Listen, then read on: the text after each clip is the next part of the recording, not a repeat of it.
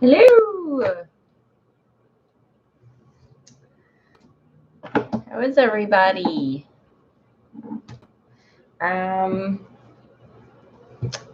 I realized that this is not the last Susun Weed episode because we haven't picked out a new book yet, and no one has it, including me. So, hello, Elaine. Hello, welcome. You made it. Awesome.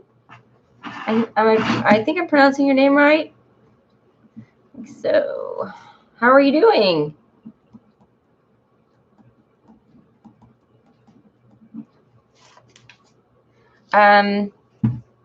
So just saying that we will have another book club on Susun Weed next week because we're going to pick out the new book this week, and then I think it'd be good for everybody to have time to get the book if they want it. It's not a requirement. Yes, I was determined to make one with Susun Weed. Yay! With Susun's book, yeah. Well, you have one more chance as well, but you get to see who wins the giveaway, and see what book we pick. I'm just like writing everyone's names down for the giveaway, and then the books, the 2 books, 3 books, sorry, and yeah. I'll take off this sweater. Yes. I have the heat up too high, actually. Maybe I'll turn it down. That doesn't happen that often.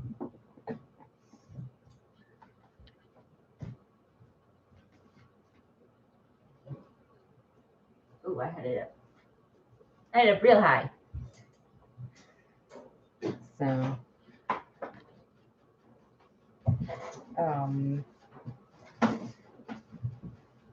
yeah, so I thought we would, do the drawing, and then Susun Weed has how she makes her herbal medicine. Now I won't be able to go over everything because it's like a lot of it is hands-on, but I thought that some of it we could go over. So I wanted to make sure that I covered the book as thoroughly as I could using this this medium. So, and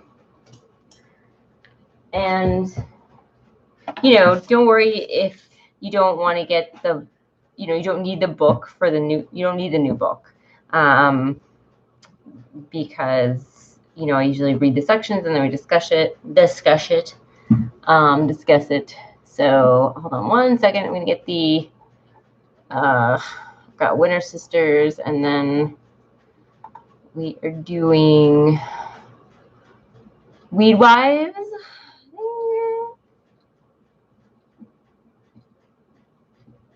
Weed Wives, and then Braiding with Sweetgrass.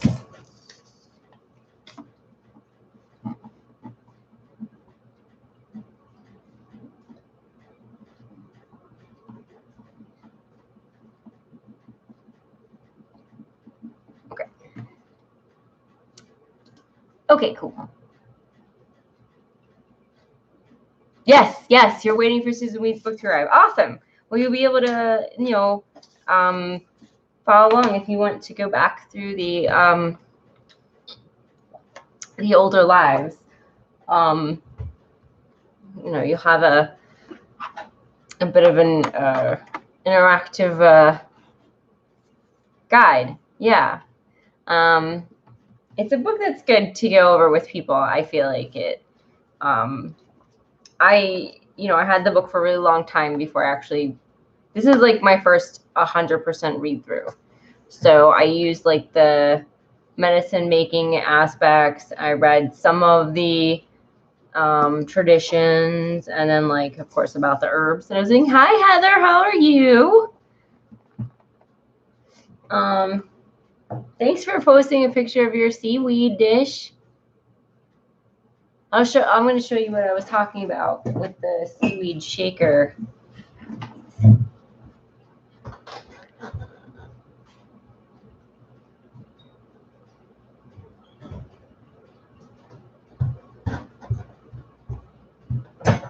Whoopsies. Okay.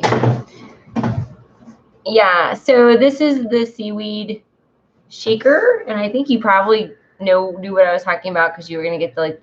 Ooh, it got. Uh-oh, what's going on? I did nothing.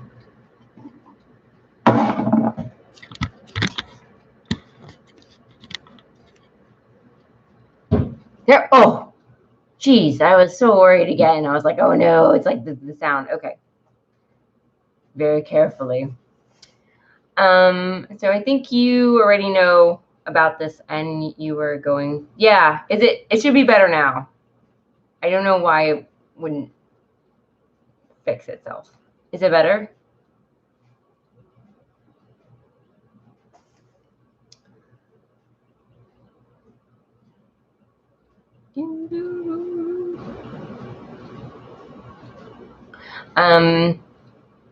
So this is what I got to sort of, you know, ease into eating seaweed. It's good now. Okay, cool.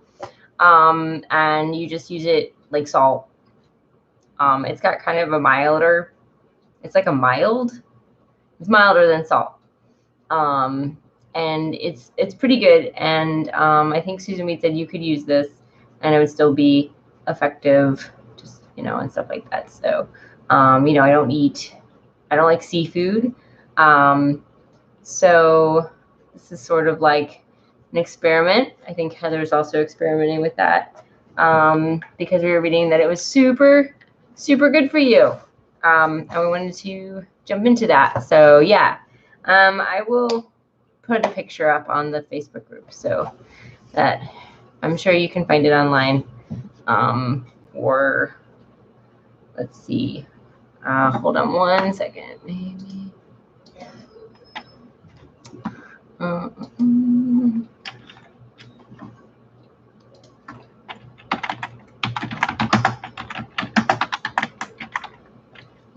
Yeah, Amazon. Yeah, Amazon has it.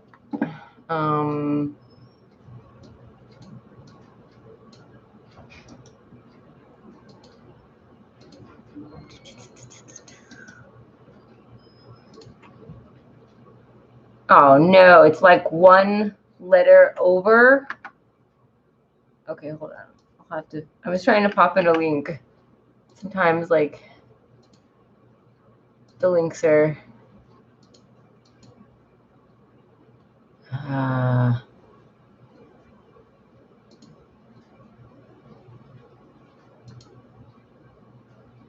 Okay, that's definitely shorter.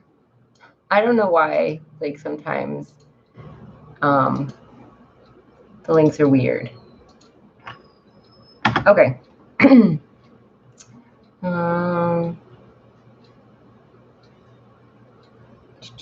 So yeah, it's like $9, $10, and it's organic, and you can get dulse as well.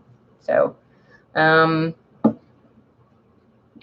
yeah, I'm just gonna use it instead of salt. I don't use a lot of salt, so I'll probably use this more just to see if in a couple weeks I notice a difference. That would be really cool. So yeah, so is everyone ready to pick our new book?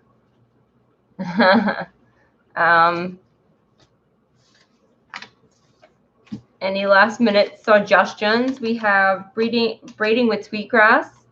Now, if this one wins, there's a free PDF of the whole book online. So we have Weed Wives and Winter Sisters. Winter Sisters is a novel, so it'll be a little different for us. I believe Weed Wives is similar to the Susun Weed book, although I just know the author is a really great herbalist. So, and then Braiding with Sweetgrass, of course, I've heard lots of good things. Both of these I haven't done too much research on. All of these, so they're just supposed to be good. So we're sort of going in there, and a little bit.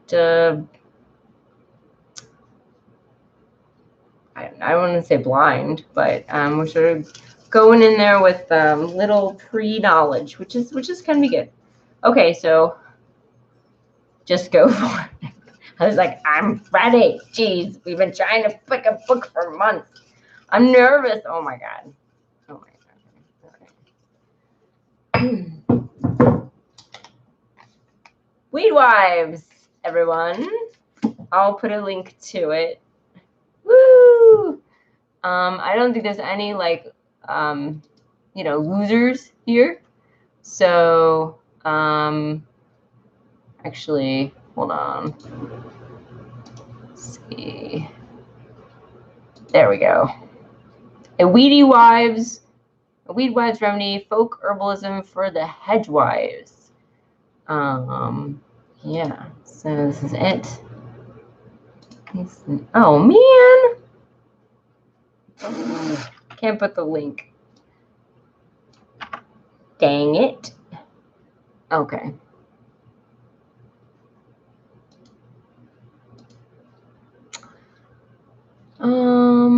Hold on.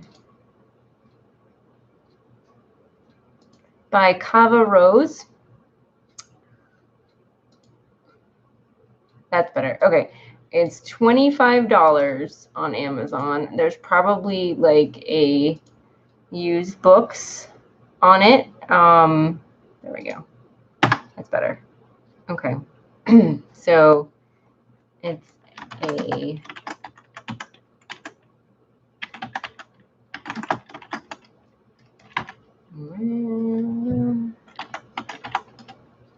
remedy.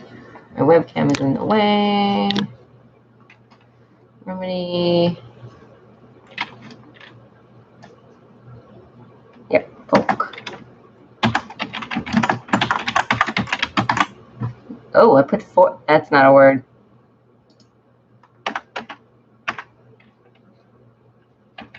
Folk herbalism for the head. Okay. There.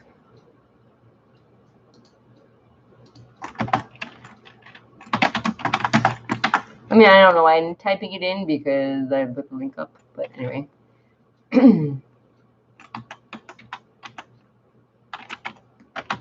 Hedgewise? Hedgewise? Hedgewise. Okay. Awesome. Yeah, they Elaine, I agree. They all look good. So no losers here at all because we can always read other books. Haha. So okay, so now let's see. Is it only 25? So it's 25 on Amazon. And then there may be a good, I think I had this isn't for our next book choice, is it? It is. Yeah, I had said, hey, this is an interesting book a little while ago, and then Elaine decided that she wanted us to add it to the drawing. So yeah, we had 3 picks. So this is going to be our next book. Yes, I was. I thought I had explained that, but I guess I hadn't made that clear enough which one we were choosing from. Okay, so also, if you want to enter the drawing for the book right now, type your name, and I will enter you. But as it stands now, I have Julie, Heather, and Elaine, and that's it. Yeah. Oh no, that was fine, Elaine. Yeah. No, I'm glad you put it forward. I've been calling for suggestions for months, really, and I suggested Sweetgrass. Heather brought up Winter Sisters, and then I had found these other 2 books, and that's why I was like, hey, these are cool.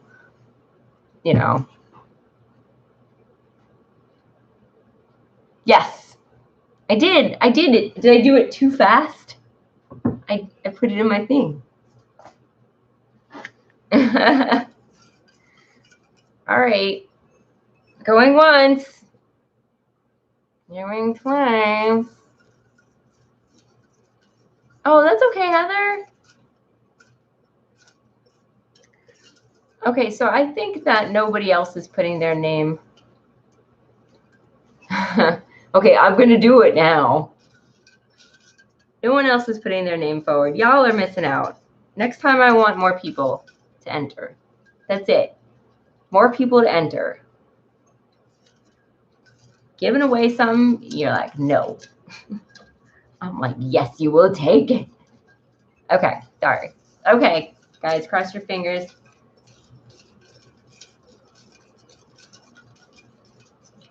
All right. Ooh.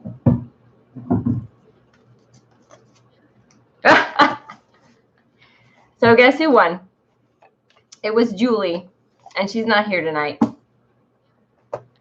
Julie has now won 2 of my giveaways. She won my last channel giveaway for 400 subs. So Julie, I already have your address, honey. So Julie gets a copy of the book. She has a lucky duck. I don't know. She's not even here. So, all right. We might have to like ban her from entering next time.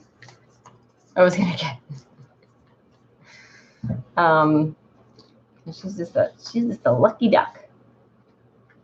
If I had money, I'd give everyone who's here a copy, but enough money, but I don't. So, unfortunately, y'all deserve a copy. Okay, cool. Well, awesome. So we will continue on.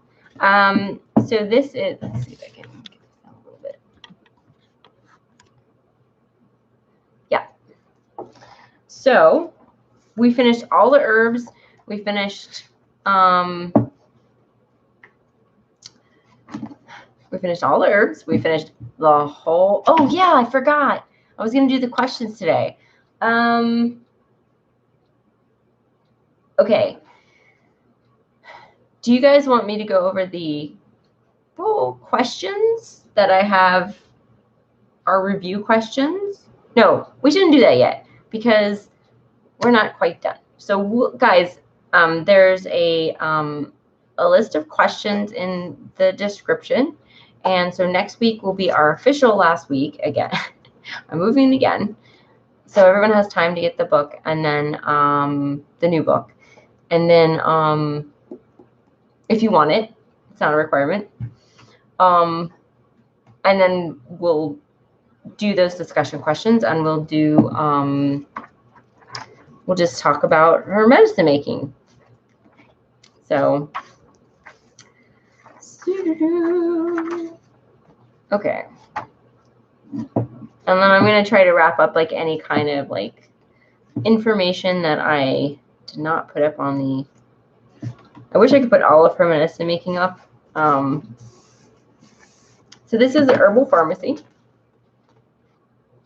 Got graphic. I like the graphics in here. The little dandelions. And then like the nettles. And actually all the herbs are, I believe this is a herb that's not covered in here. This is red clover. This looks like red clover. And I guess this is the oats. So that's cool. Yeah. I love the graphics too. Yes, Elaine. Yes, they are really great little pictures. They're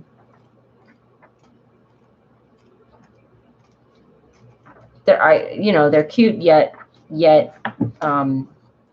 meaning, yet not cute yet. I don't know. They're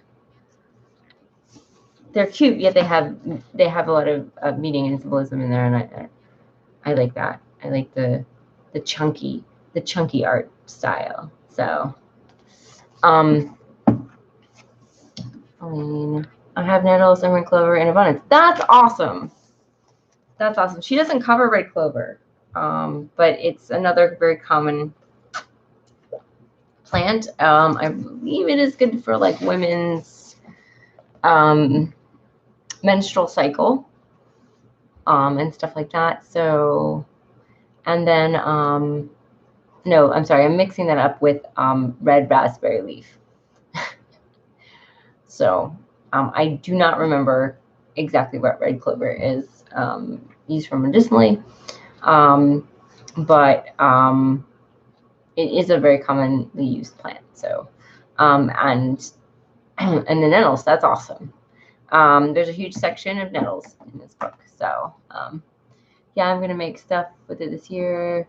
You're right about red clover too. Oh, I was. Okay, cool.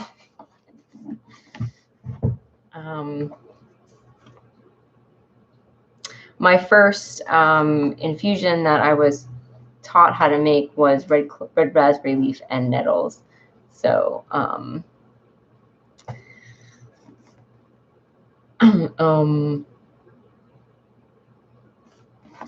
right, so we'll get going. So, just to clarify, Elaine, was I correct about red clover being good for women's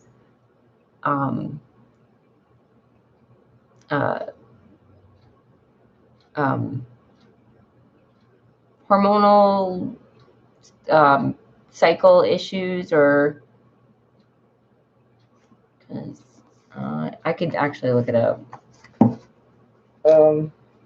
Yeah, we're gonna take a quick tangent and think about which book I'm gonna grab. Okay, cool. Yes, red clover and women's issues, pregnancy, lactation. Okay. Awesome. Well, I'm glad I was remembering something.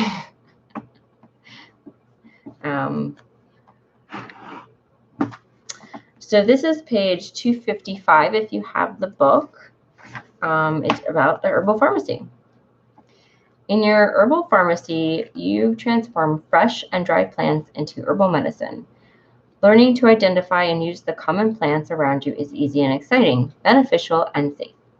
Making your own medicine saves you money if you follow the wise woman tradition of using local herbs, free for the taking.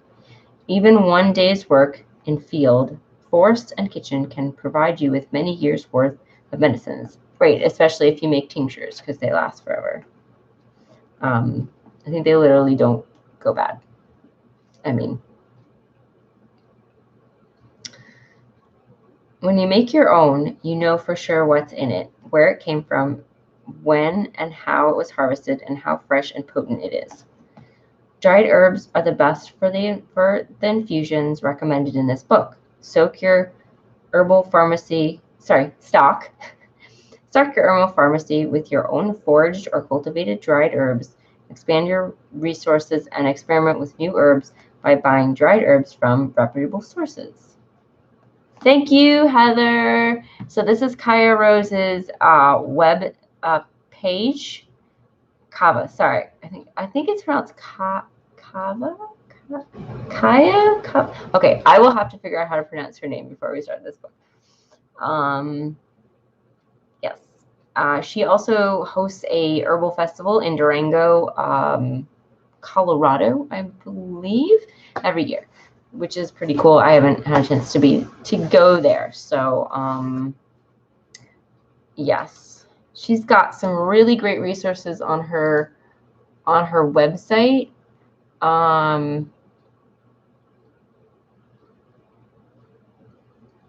This is new. This is a newer one. She's updated since I've popped on here. But yeah, the Enchantments Herbal Conference. I guess they changed the name of it. Good Medicine Conference. Plant Healers Good Medicine Conference. It is May 21st to the 24th in Durango, Colorado. Yeah, it's supposed to be really amazing and awesome. And I think she has a magazine as well, and it's sponsored by Mountain Rose, Frontier, and other people. Yes, so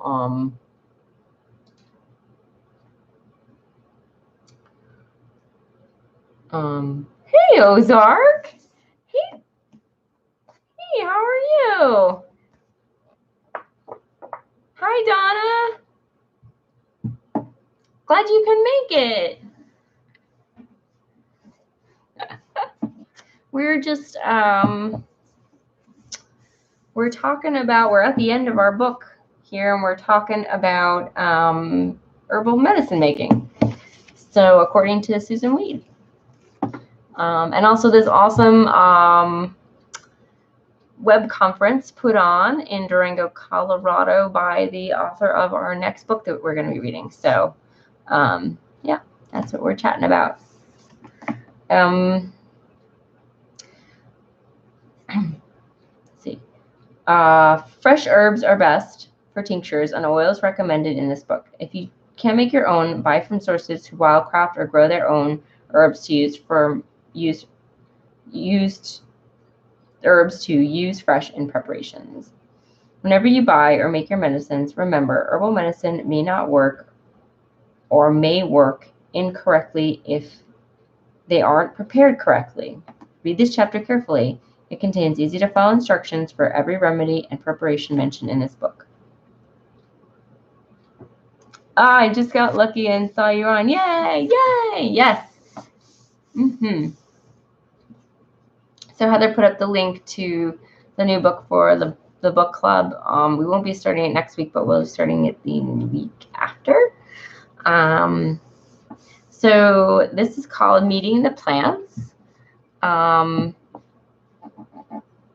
she does have a list of like reputable sources to get your herbs from. And let's see. Yeah, mail order sources for herbs. So this list I'm going to pop up on the Facebook group, but like everything has a website, so you can just type in these companies with their websites, and they're all good places to get herbs from if you don't have an herbal or health food store that has herbs in your area and you want to just experiment. I would, and you can't wildcraft it, you don't have it on your land, I would get the smallest amount. Now herbs do last, dry herbs, last about a year. They have a shelf life.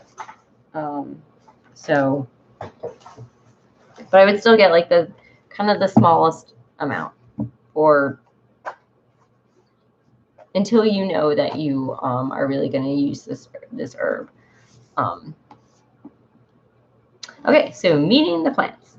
Start by noticing the plants that live with you along your driveway or sidewalk. Don't assume that medicinal plants are hard to find. Burdock, chickweed, and dandelion, to name a few, are as common in cities and suburbs as in the country. Learn more about the weeds around you directly from the plants, from a personal guide, and from field guides and herbals. When we open all of our senses, including the psychic ones, to the green world, we learn to hear and understand plant language. Through shape, color, location, scent, texture, taste, and energy, plants tell us how they will affect our bodies, which plant parts we can use, and how we can prepare them.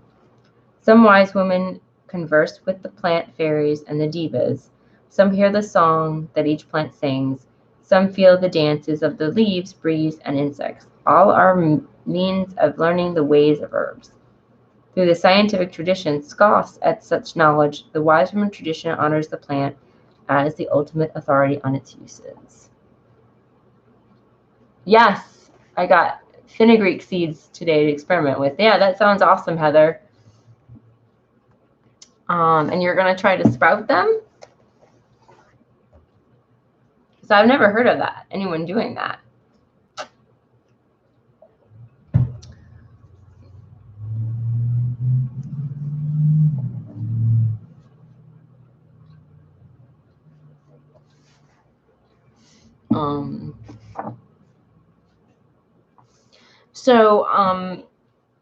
It's like, well, when you are sort of first starting learning the plants, you're like, maybe you're like, how do I start? What plant do I learn first, or anything else?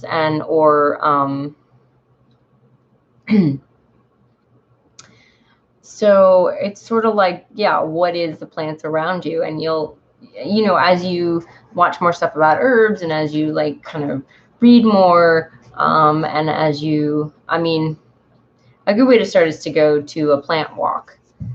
So you can, you know, learn how to identify some of like the common ones, and then you can just go from there.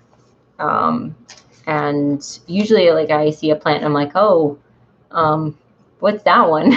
You know, and then I try to find out what it is and identify it, and that's really where how it sort of unfolds, which is the next plant that I learn, and so on and so on. It's sort of like it's not like I'm learning this plant, this plant, this plant. It's sort of like which plant I hear a lot, like pine. Like I've just seen a bunch of posts about it, and you know, it's around, it's winter, and I'm just like, oh well, I need to learn more about pine and its uses and stuff like that. Like I didn't know you can make pine needle tea, which and all that stuff. So that's sort of how I learned about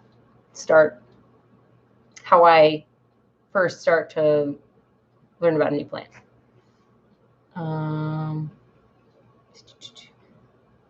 There says bought sprouted seed shoots today at the country store and they're yummy. Ooh, neat. Okay, you guys, I've never heard of doing that with Frenengeek. I can only like pronounce it. Yeah, Donna, yes, you totally can. And there's a bunch of posts on the Insta. Let's see, which it's good for like the coughs and stuff. See if I can find.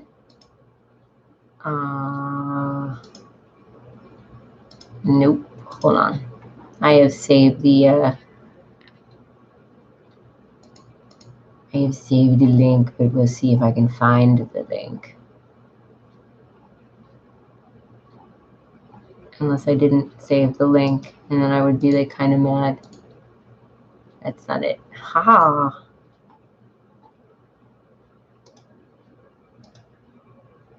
Let's see. Oh, yes, I found it. Okay. All right. This is pine needle tea.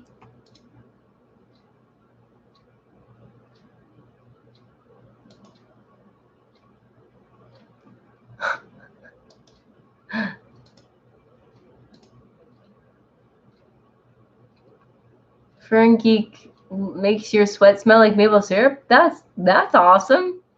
So that is the pine needle tea recipe.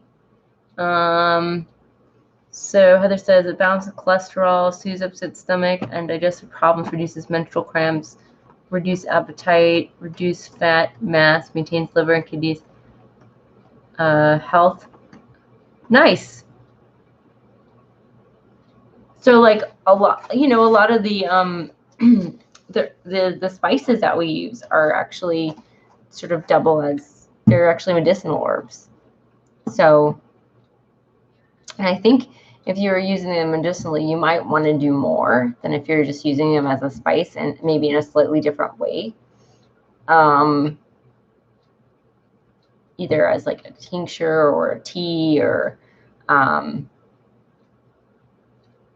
so I'm not, yeah, you can,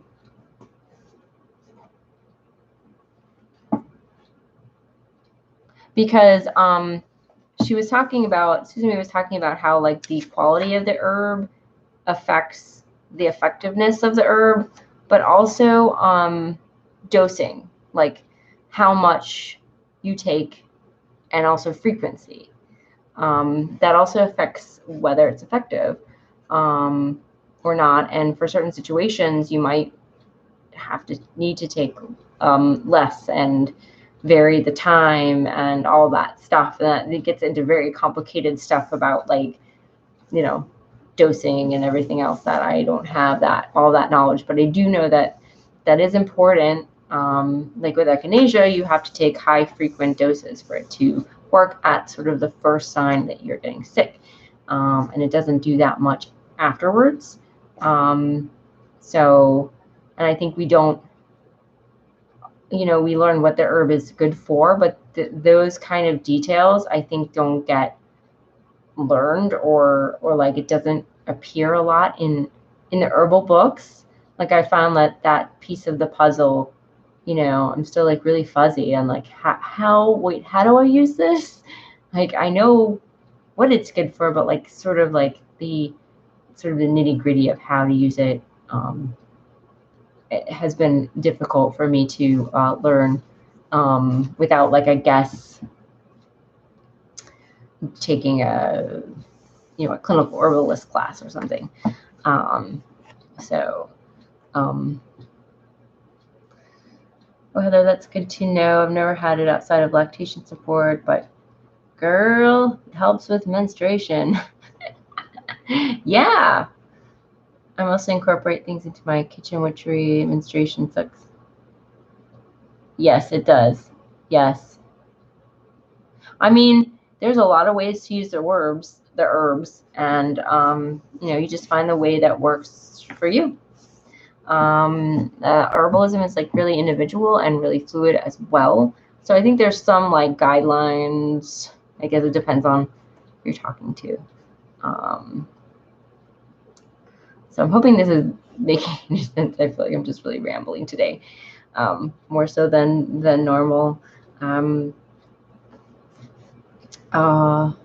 Yes, it's definitely something. I picked up some Susun Weed medicine doses, and that you need to drink an infusion, maybe not a tea. Yes, Lynn, right, exactly. So teas, if you if you get a tea from a store in a tea bag, it's a very small amount. So you need to put. I wonder if I have that. I had it in my film school, my herb school notes. Sorry. I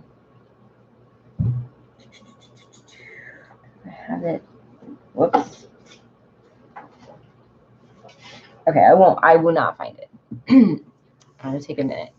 But you need to put like, I don't know, like 5 tea bags to make, enough tea to sort of equal a medicinal strength tea. So there's a difference. A lot of there's something called a beverage tea and a medicinal tea.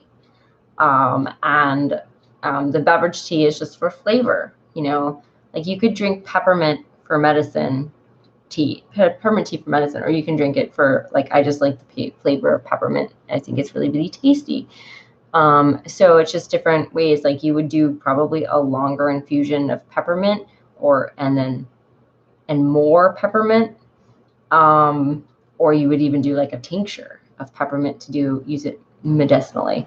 So that's sort of a difference. And then of course, like I think like the green teas and the red teas and the stuff like Earl Grey, I think those are just strictly for flavor. I'm not sure if there's any medicinal properties of those type of teas. And then of course then you have the herbal teas, which could be used for both. I'm gonna catch up. Other says, it totally does, Heather. I blame everything that goes wrong in my life, my cycle, bad mood, craving, fouling, taxes. It's all the fault of my girly time. Yes, I agree, Donna. Oh my gosh, it's so hard when that happens. Infusions can be made in your French press, says Heather. Oh, really? I've never tried that.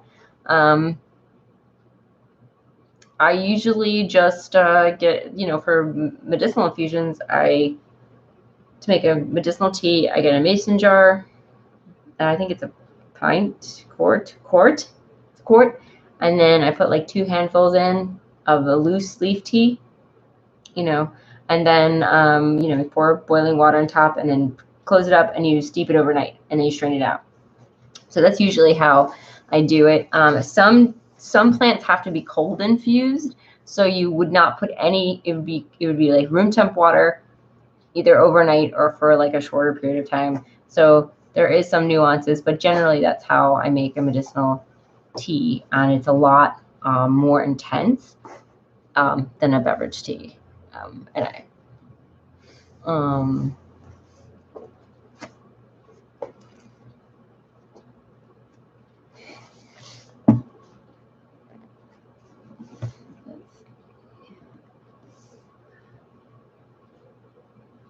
Okay. Donna,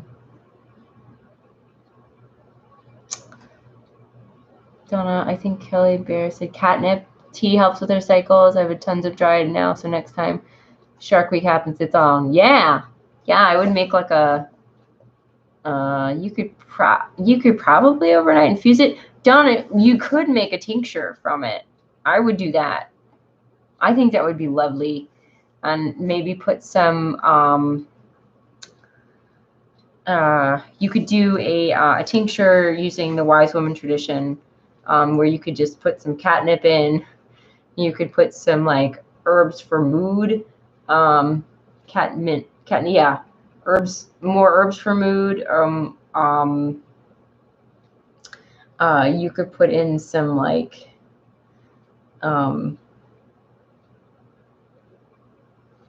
you know, maybe some lemon balm is really nice.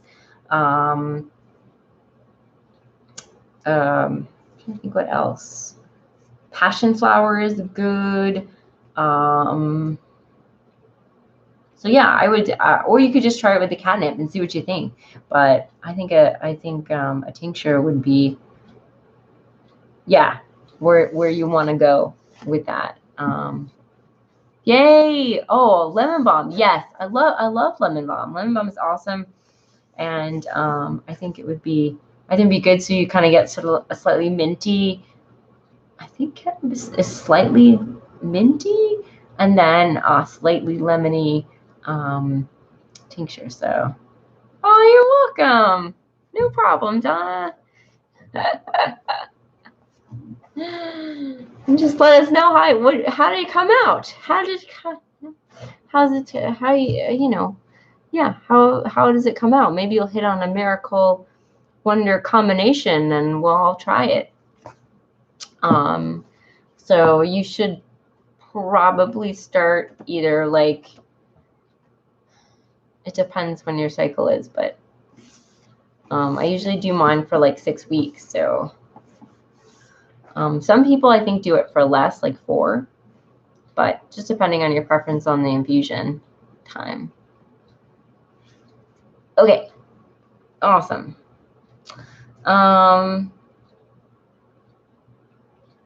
So Susun Weed is trying to describe how you could start meeting your plants. And I took a 1-day medicine making class with a weed walk as well. So that's how I started noticing the plants as well. If we discover a cure for Shark Week, we will go down for sainthood. Oh my gosh, yes. That would be amazing.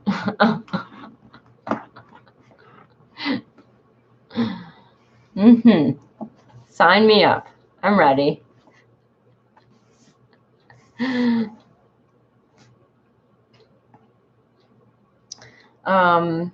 Field guides are indispensable. Reference. So I guess, I did a video on how to pick an herb school, but I didn't do a video on how do you get started in herbalism, and I think I was planning on that, but that didn't happen. So there's just a lot of things to talk about. And she's just touching on it, so yeah. I'm gonna read more and hopefully maybe put that in the video. Field guides are indispensable references when your taste for the herb identification is whetted. Now you can also go online now too. I find the line drawings of the Peterson guide more helpful than color photographs when I have to distinguish between similar looking plants. So the Peterson guide, I'm going to have to mess things up for a minute.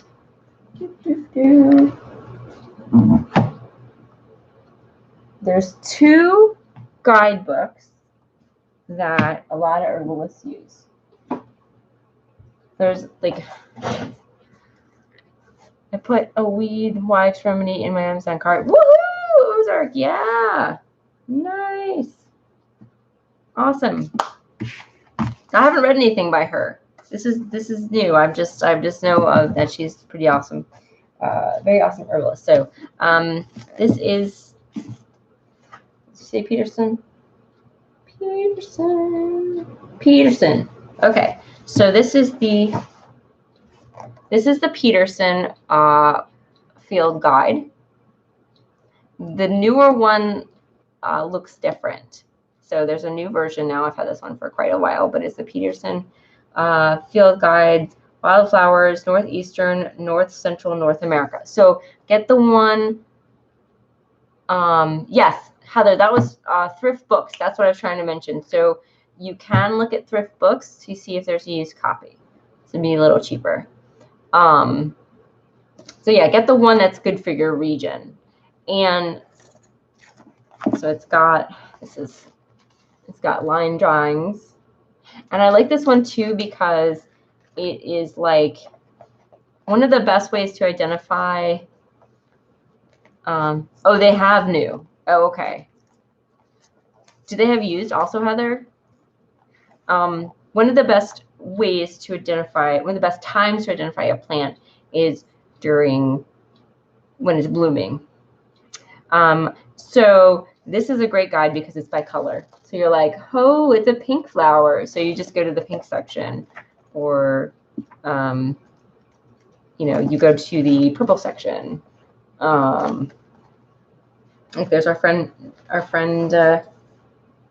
Violet. So let's see, you know, there's yellow.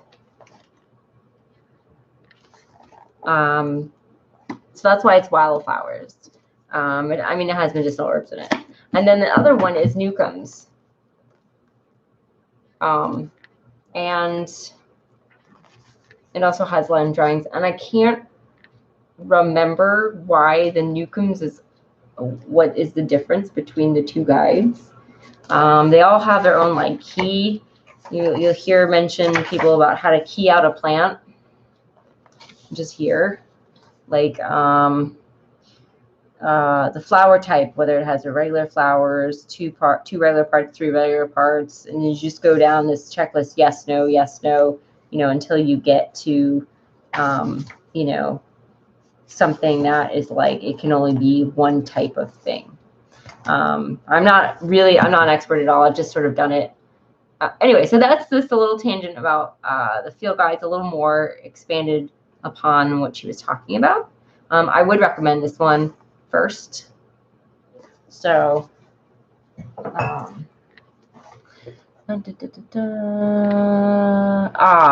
sometimes it depends on the book. Okay. Ozark, I was just telling Simon today that I took care of my brown recluse bite with stuff that I had growing in my yard. It's all definitely great to learn what's out there. It is awesome, especially since according to his video, his latest video, he's really scared of spiders, right? So what did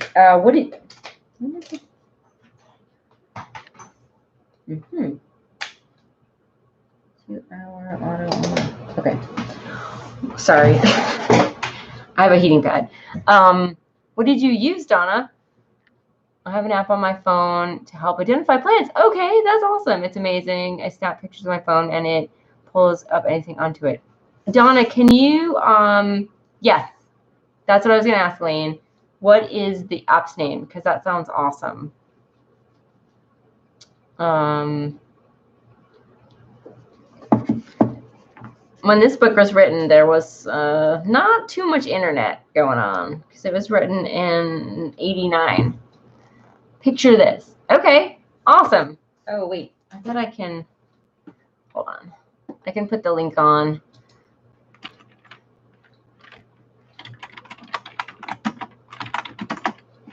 Picture this app.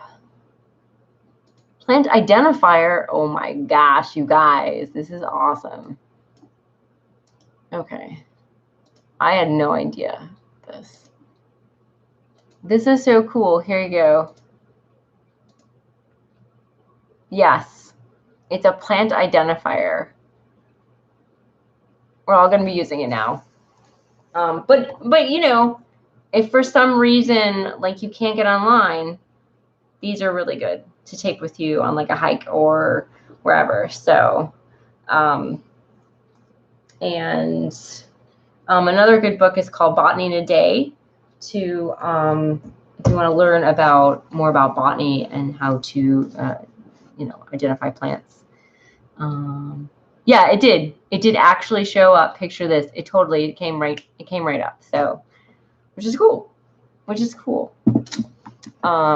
So I'm going to be like totally downloading that.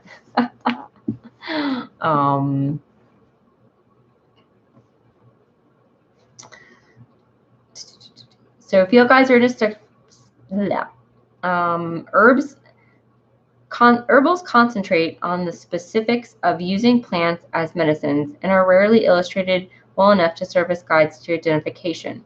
Field guides hardly ever include information on medicinal value. The link between your field guide and your herbal is the botanical or Latin name of each plant. She used this word botanical binomial.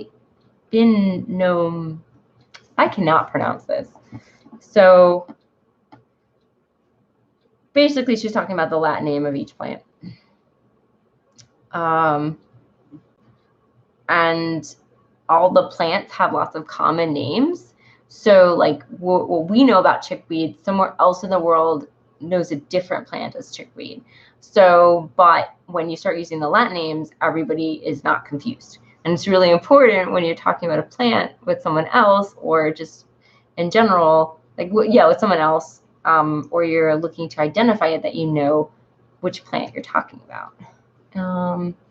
It is really awesome. I went around testing it on plants around here, and it was right on. Even identified my friend's plant. That's so great, Donna. Awesome. I'll have to go around and be like, what's that? What's that? What's that? Because my friend has 5 acres. So I'm going to totally show her this awesome app so that we can use if I need to identify something on her land. So once you've identified a new plant, you can look it up by finding the Latin name and herbals, other references. This can increase your confidence and ability to find and use safe herbal medicine. My years of leading weed walks and helping people identify wild plants have shown me that learning how to recognize herbs in the field is far easier and much less fraught with danger than most people realize. So this is a quote from Euell, E-U-E-L-L Gibbons. I can't pronounce their first name. You don't have to learn all the plants at once. You learn them one at a time. Even if you've never pick your own herbs, knowing how the live plants look will be a great asset when you go to buy them. So there's a lot in those 2 sentences. So yes, it can be really daunting to like say, hey, there's a whole bunch of plants. Like, oh my gosh, there's so much I don't know. But really, like, it is important to try to concentrate on one at a time. 1, you won't get overwhelmed, and 2, you'll really like be able to learn the ins and outs of that plant. So, and then it is important to know what the plant looks like, what the plant could taste like, what the plant smells like, what the plant feels like. And all these things are called organoleptics. So when you go and you see, oh my gosh, that nettle is so green, right? And then you see you see a bag of like cut nettle and it's so green. And then you see another bag of nettle and it's just washed out and it looks kind of yellowy, and you're like, ooh, what's going on with that? So organoleptics is using your senses to assess the quality of the plants. And it sounds kind of silly, but it's really important in herbalism. So, oh, good night, Elaine. Thank you. Thanks for stopping by. Yes, Awesome. And I hope you have a good night to go. It's ridiculous late for me. I'd love to stay because all this stuff. I'll watch the movie. Yes. Thanks for coming. It is late. So, but we'll see ya. We'll see you later. Have a good night. Bye. It gets late for me too.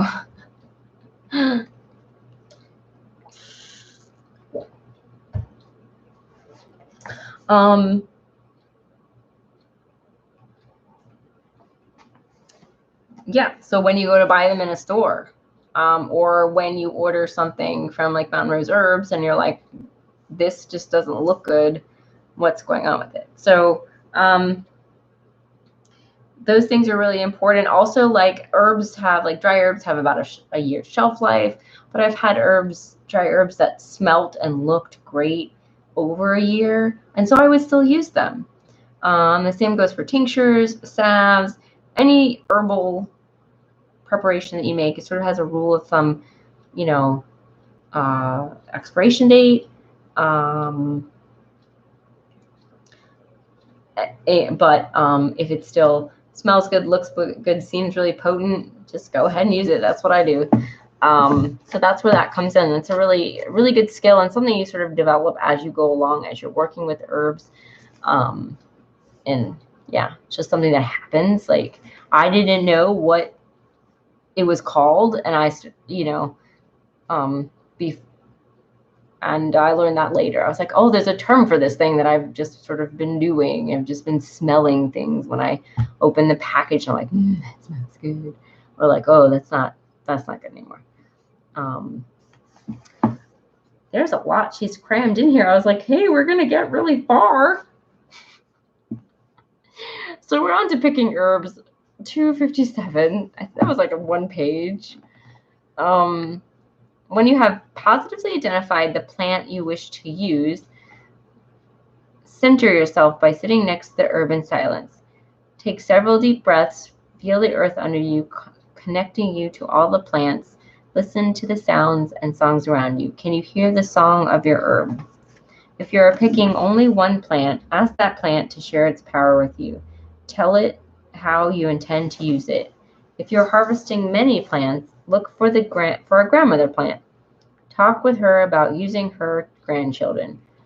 Visualize clearly how you intend to use the plant. Sing, thank the earth, and begin your gathering.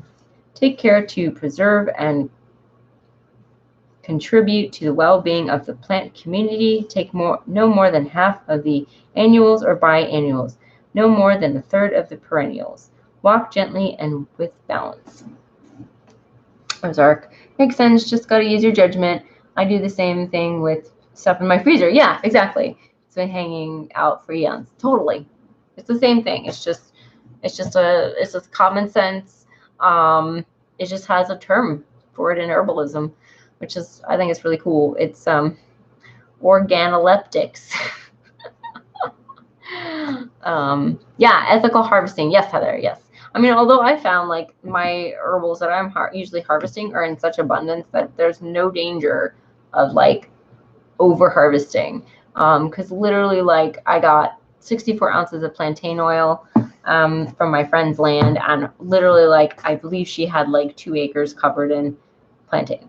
There's no way that we would have harvested all of it. It was just so much. We hardly, put a dent in it. So, but it is something to think about when you're harvesting. And also like you want more to come up next year, so you can harvest it again. Like we have a very small nettle patch, so I'm not going to be harvesting that until it gets much bigger. But once it does, I'll probably be like, hey, I have so much nettle. Harvest plants when the energy you want is most concentrated. Roots store energy in the form of sugar, starch, and medicinal alkaloids throughout the cold or dormant season. Pick these when above ground growth of the plant has died back. Leaves process energy to nourish roots and flowers. Pick them at their most lush before flowers have formed, after all the dew has dried, and before the day's heat wilts them. Flowers are fragile, pollen-filled, joyous. Harvest them in full bloom before seeds form and before bees visit them, which may be hard to catch because I don't know when the bees might visit a flower, but maybe if you just, I don't know, do some observation, you can, assess that, ascertain that knowledge.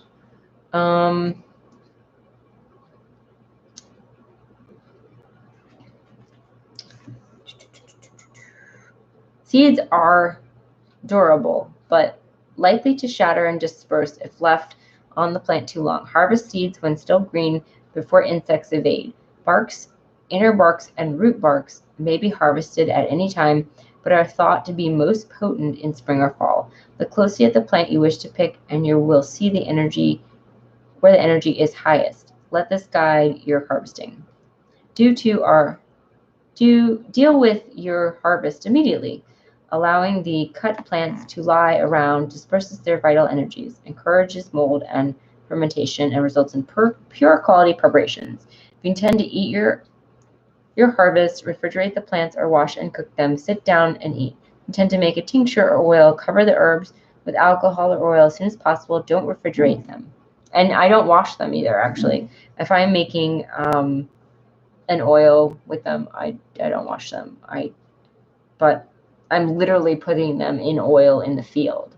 So basically what she's saying is be ready to, once you've done harvesting that day, be ready to make whatever preparation you're going to make. So it's got two parts. So you're going to out harvest it, then you're going to come back and you're going to do your tincture making, your oil making, your drying. You're going to set it up to dry properly. If you intend to dry the herbs, it is vital to lay them flat out to dry or tie them up to dry dry as soon as possible after harvest. That is totally important. But I literally carry jars out into the field and stuff them full with herbs and put olive oil in them. Sometimes right there in the field, but usually we'll go down to the house and get out of the sun because it can get really hot, especially when you want to harvest for oil when the plants are the driest. So when the dew has evaporated and when it's kind of midday, past midday, and usually it's it's very hot. So this is drying, how to sort of dry herbs. And some of this might be a review for everyone if you've done some of this yourself, which I think everybody here might have, but it may be new for some people. So to dry herbs and maintain their color, fragrance, taste, energy, and medicinal potency, you need only pick them where there is no moisture on the plant and do not wash the plant. Roots are the exceptions. So yeah, roots definitely you want to wash. There will be a lot of dirt on them. You do not want that in your tincture. Dry the herbs immediately after picking in small bunches or spread out so the parts don't touch. I guess if you're washing the fruits, you want to dry them. Dry them in a dark and well ventilated. I'm sorry, no, she's talking about dry. I'm getting really confused. Dry them in a dark and well ventilated area. Take down the herbs and store in paper bags as soon as they are crisply dry. If insect invasions force you to stove dry herbs in glass, if insect invasions force you to store dry herbs in glass or plastic, air dry them for 2 weeks, then dry in paper bags for another 2 weeks before sealing in airtight containers. Keep the herb as whole, cool, and dark as possible during storage. Use under optimum storage conditions, well-dried, ventilated, delicate herbs can last about 6 months. Roots and barks maintain potency for 6 or more years. So, woo! I actually just dry mine upside down, sort of out of direct sunlight, and then I put them in glass jars. But there's different ways you could do that. So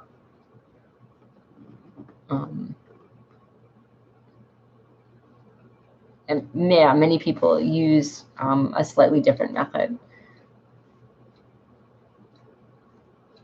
So the problems with foraging. Are you concerned?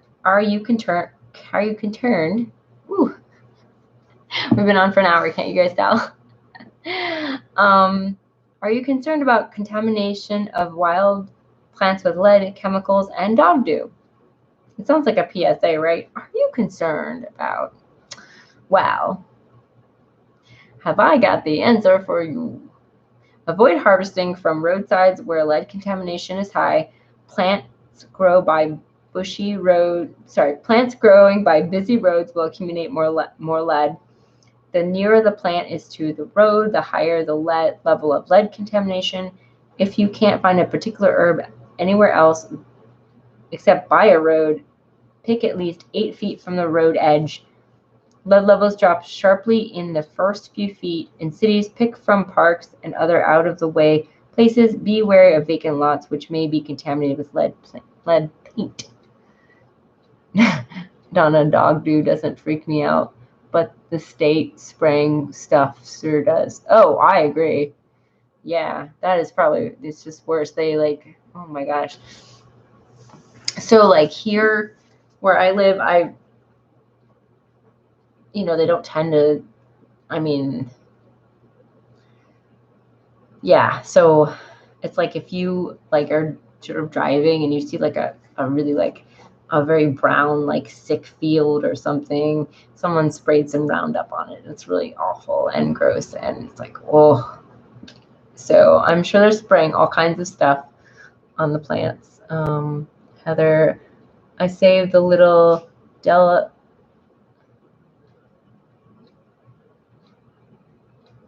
Oh, okay. So you're talking about the little,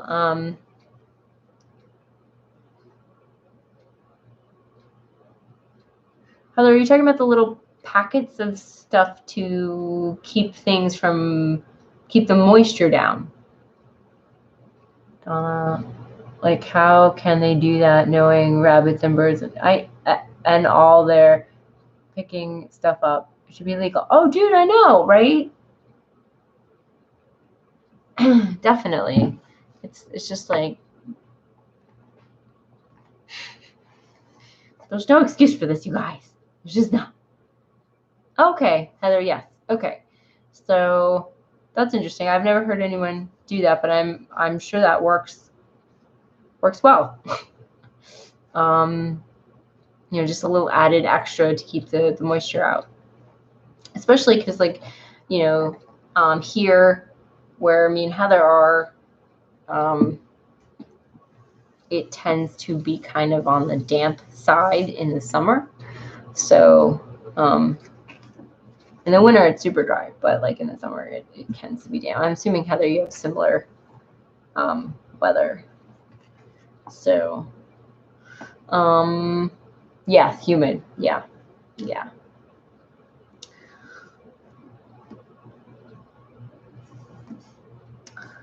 Let's see. Avoid gathering herbs where canines gather. Dogs can pass parasites to humans. Allow yourself to be guided by your intuition as well as your senses and your intelligence, and you will know which area to avoid when picking wild plants. Given the amount of chemical contamination on commercial herbs, I honestly feel safer taking the risk in the wild. Open your eyes and observe the green abundance. Open your heart and feel the green joy. Come with respect for green power. The divas of the Green Nation welcome you. So I've heard you want to harvest like 50 feet from a road.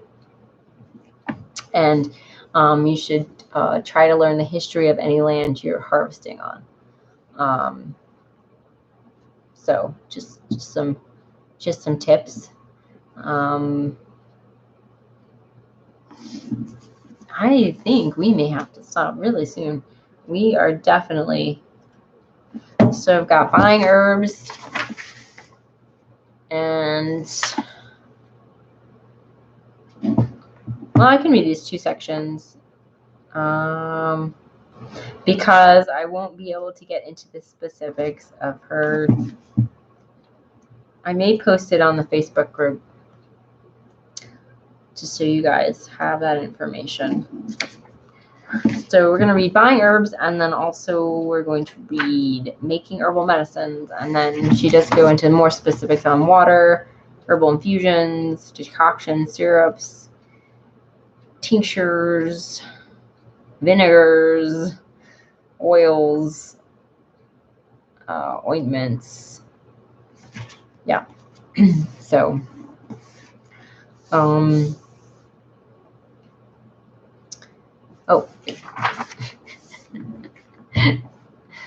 buying herbs. Knowing how to buy herbs is a necessary skill. Is a necessary skill as learning to identify them. It is my personal goal to find or grow all the herbs I use, but even with access to a garden and hundreds of acres of Catskill country, I haven't yet achieved my goal. I too buy herbs collected, grown, and prepared by others. Heather put up the Facebook group. Thank you, Heather. That's the link. Many practices in the commercial herb trade are appalling. Grossly substandard wages are paid to harvesters in the third world countries. Pesticides and herbicides, chemicals banned in the United States, are used on herbs grown overseas. Dried herbs may be illegally irradiated with the equivalent of hundreds of chest x-rays, yet there is no labeling visible to the consumer as to which herbs have been treated. All commercial herbal warehouses, even those storing organic herbs, must legally be fumigated several times a year with chemical sprays. I protect myself by purchasing herbs from individuals I know and trust. Their names and addresses are included in the references and resources following this chapter, and I'm going to post that. Whatever the source, dried herbs should be brightly colored, fresh smelling, and as whole as possible. Powdered herbs and herbs in capsules lose medicinal value rapidly. Yes, so the herb, I have heard, needs to look as close as possible, the dried herb, to the herb when it was fresh. So that's sort of how you can tell sort of a quality of a dried herb. And yeah, the powder herbs, they do lose their potency pretty fast. So you want to powder them and then use them. When you look at a dried herb, envision it as it was when alive. The only thing that should be missing is the water content. Dried seaweeds are vibrant purple, green, or black, not brown. Nettle leaves are rich blue-green, not light green or yellowed. Burdock root smells fresh and tastes sweet, not rank or moldy. Smell dry herbs carefully and reject those which lack scent, those which smell of chemicals or molds. The energy or life force of an herb can be sensed when the plant has been dried. Absence of energy means that the herb is old or has been handled incorrectly. If you can, hold the dry herb in your hands, feel for the tingle, look for the sparkle. The pendulum will react to the life force present in dried herbs. Dowsing can confirm your sensory impressions. If you're buying by mail, return herbs that do not look, smell, and feel alive. If you're buying from a store, bring poor quality to the attention of the owner and demand unpowdered and unencapsulated herbs. Say what you want and what pleases you. Consumer desires do have power in the herb market. Interest in organically growing herbs has resulted in increasing availability of organic medicinals. So all the stuff she's talking about, I feel like it has improved since this book was written. There's like Mountain Rose Herbs is a very reputable source. So there's a lot of other herb companies doing it right that I would trust to buy or dried herbs from these days. So And last bit, and then we should probably call it, because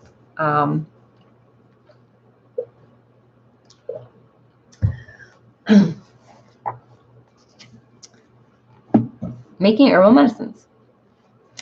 The art of making herbal preparations is fascinating and complex. Each herb has one or more optimum methods of preparation. Each method extracts different properties from the herb. Each type of preparation affects the body in different ways.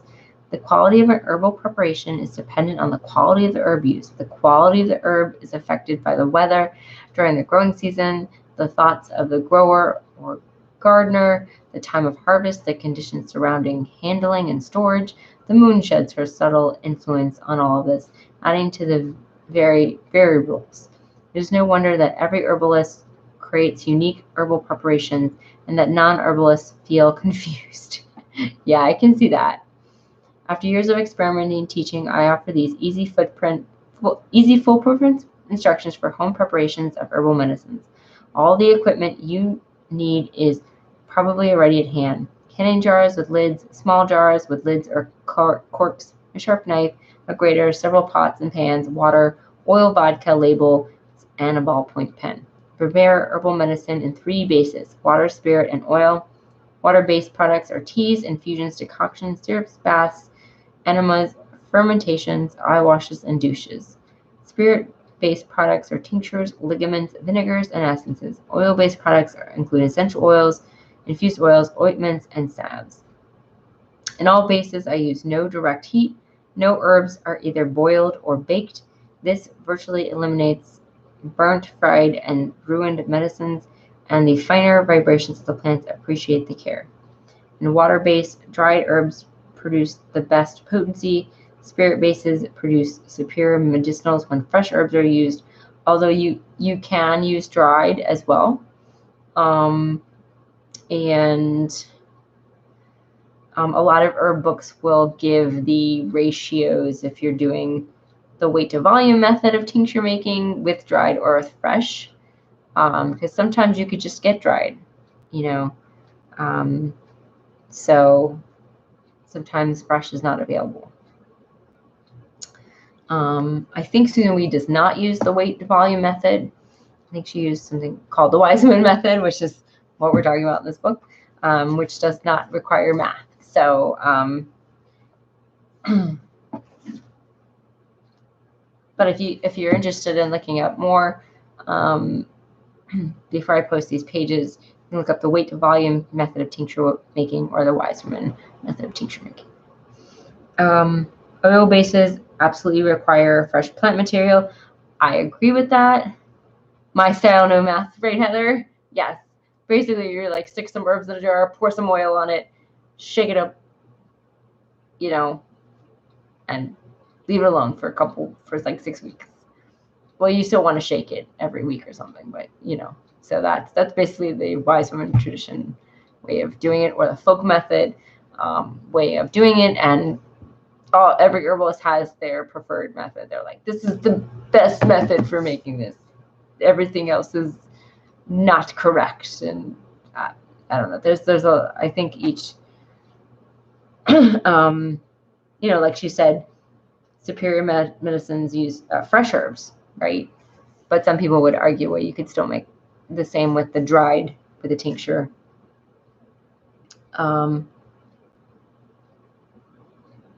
And I do believe that in water, when you're making a tea, you want to use the dried herbs instead of the fresh, because the fresh sort of makes a weaker tea, because the dried herbs has little pieces.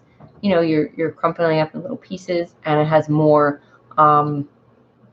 surface area, and also the cell walls are already partially broken down, so that the water can get into the cells and easier.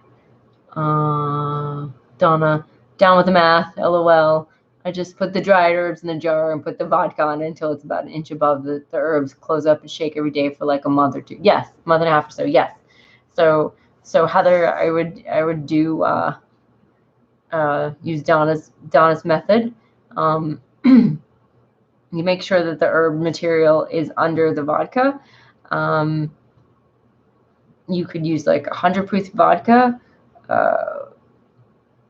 or what some people use brandy. Some people, it's just you know, this probably like the strongest alcohol you can get. You could use Everclear, 95%. Then you want to add some. Anyway, I'm starting to get into the math. Donna, what percentage vodka do you use? What proof vodka do you use?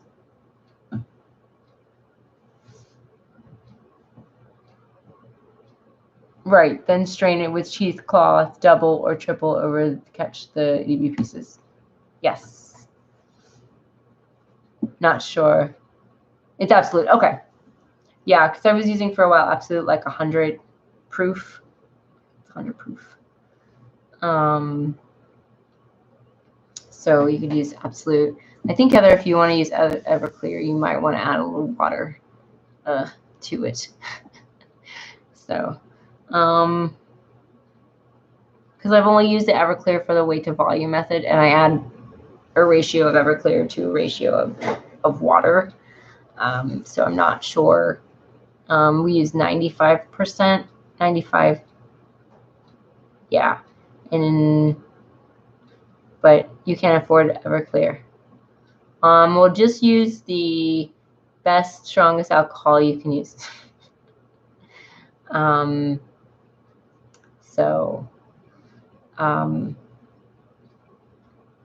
can use brandy. You can use I don't know, cheap vodka. Yeah. Yes. Yeah. Cheap vodka. So yeah, cheap vodka. We do it. Yeah.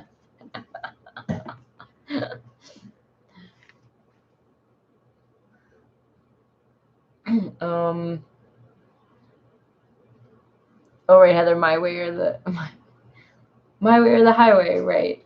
Yeah. I mean, I think there's more than one way to make, when you're making medicine, to make it and that it works. So I think there's more than one method that works for the plants. You're just finding the right one that works for you. There's a lot of ways where it just doesn't work and you can mess it up, but you know, also it's not very hard to do these type of preparations. So, and you know, don't be afraid to experiment. And you know, if you mess up, you can always try it again. And then there's always like a billion YouTube videos too. So that could help as well. Let's see. So don't assume you have no access to fresh herbal medicinals. Weed walks in city neighborhoods and along suburban sidewalks have never failed to provide an abundance of fresh medicinal plants. Well, I mean, I know that I don't think there's this. I think it can be hard to find like fresh plants in some places. So that could be an error. Okay. Whew. So she packed a lot in this little bit. My brain was like, hey, but what about this? What about, you know, like all this information was coming at me from my brain and wasn't kind of helping. I got some ADD, so sometimes it's a little difficult. Okay, so I'm gonna post water-based. I'm gonna post all of this, how she makes her medicines up, and all of the other resources that I haven't posted up. And next week we are going to still be on Susun Weed. We're going to do our wrap-up video now that we're finally done. Woo! And I did put some questions down there. They're also in the Facebook group. And we're going to sort of go through them and see what everyone thought of the book and everything.